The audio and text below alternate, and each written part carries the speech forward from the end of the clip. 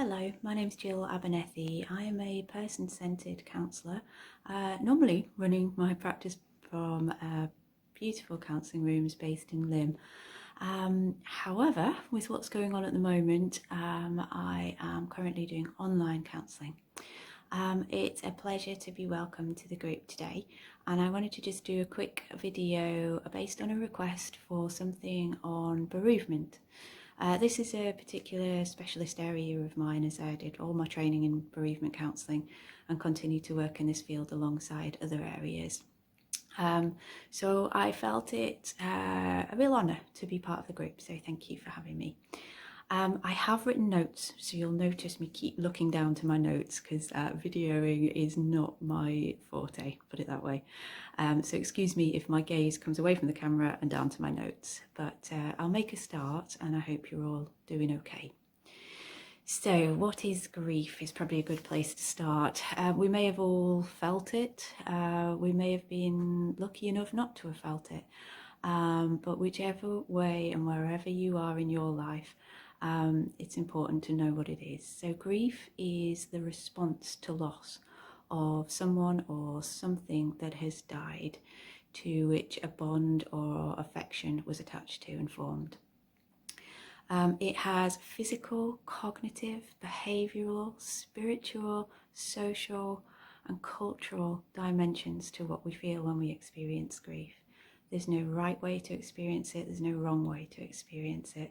We are all so individual, and our relationship with the person involved is obviously so individual to you. There's no set rules for how long we grieve for or how long it lasts, as each loss for each person is so very different. The effects of grief can be experienced in many different ways. So many emotions run through our bodies. Shock, denial, numbness, overwhelmed, even relief at times, panic, anger, anxiety, loneliness, depression, stress. Again, there's no right or wrong way to feel. These are just merely a list of examples of what has been noticed as normal reactions.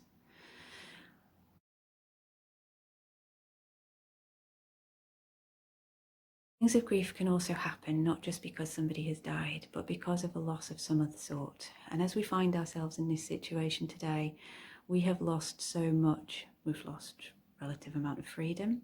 We've lost the ability to do our normal work. We've lost the ability to go and see relatives and loved ones. So it is important to recognise that grief isn't maybe just bereavement. It could be the ending of a relationship. It could be the loss of a job.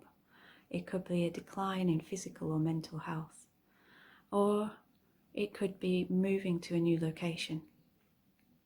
Some people do seek help immediately when they go through these range of emotions to do with grief.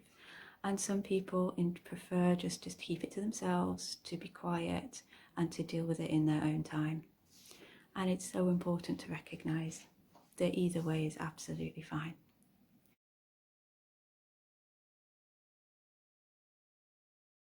A wonderful book which I have read is C.S. Lewis' book called A Grief Observed, which he wrote when his wife passed away, sadly. He wrote this quote, and I quote, "I thought I could describe a state, make a map of sorrow. Sorrow, however, turns out not to be a state, but a process." And this is exactly how I view grief. It's wise words from an excellent book if ever you want to read a book on grief.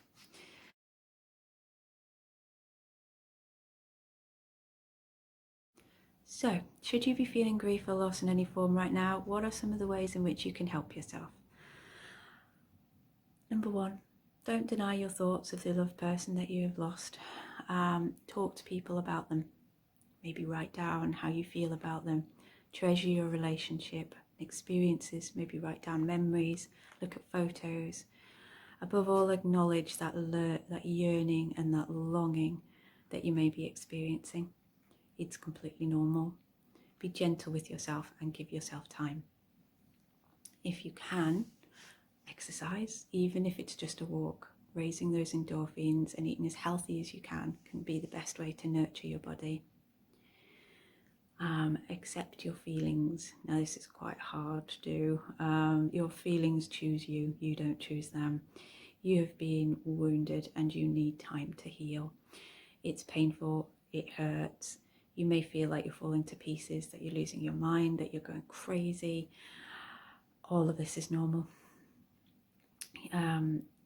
You are, after all, going through one of the most difficult periods of your life. So ask for help if you need it. Move towards holding on to hope, which is easier said than done, but there is purpose. Life will have meaning again, even though we might not see it right now. Finally, just acknowledging that these things take time. Not very helpful, I know. We can't speed up time to make ourselves feel better more quickly. However,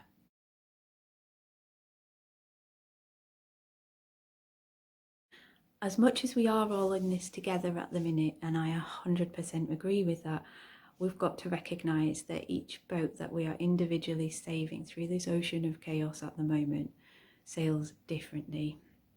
And each one of us will emerge from this differently. And if there is any way in which you need support for whatever you're going through, especially if you have bereavement on board of your boat with you at the moment, then please do reach out. Know that there is support for you. And again, I'll leave the links at the end of this video for you so that you can make a note of them should you feel they'd be of use of you. So thank you very much for taking the time to listen to me today. I hope it's been of use to you. All of you take care, stay safe, and yeah, catch up soon. Bye bye.